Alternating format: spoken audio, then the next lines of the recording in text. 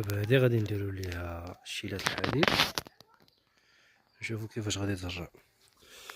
نخلطو هادشي مزيان، هاد المحلول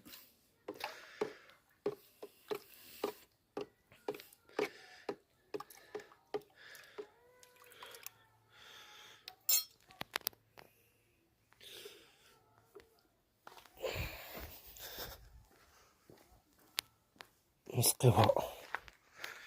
ها هي كيفاش دايره صفراء.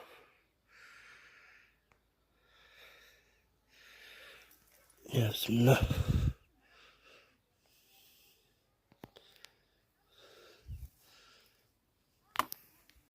انا من بعد ما سمدنا هادو درنا لهم شويه ديال الحديد، درنا عليهم شويه. عندنا هنايا شي واحد الفواكه، واحد عندنا الرمان هنايا اللي ديجا راه مثمر، خصنا باش من اجل تحجيم الثمار. نورمالمون خاصنا لونغري اللي يكون عالي الفوسفور.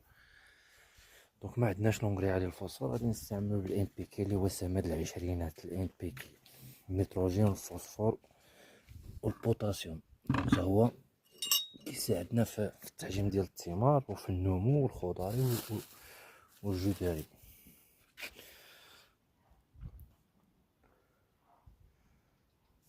نفس الطريقه ديال الاستعمال.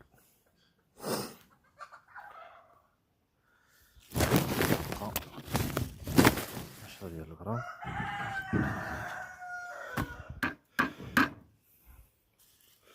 زيدو شويه حيت عندنا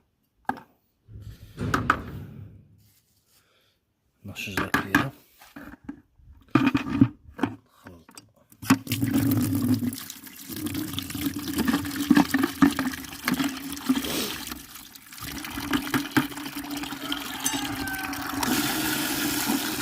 هذا عندنا الان بي كي هنايا افيك مع العناصر الصغرى اللي هي الحديد والنحاس.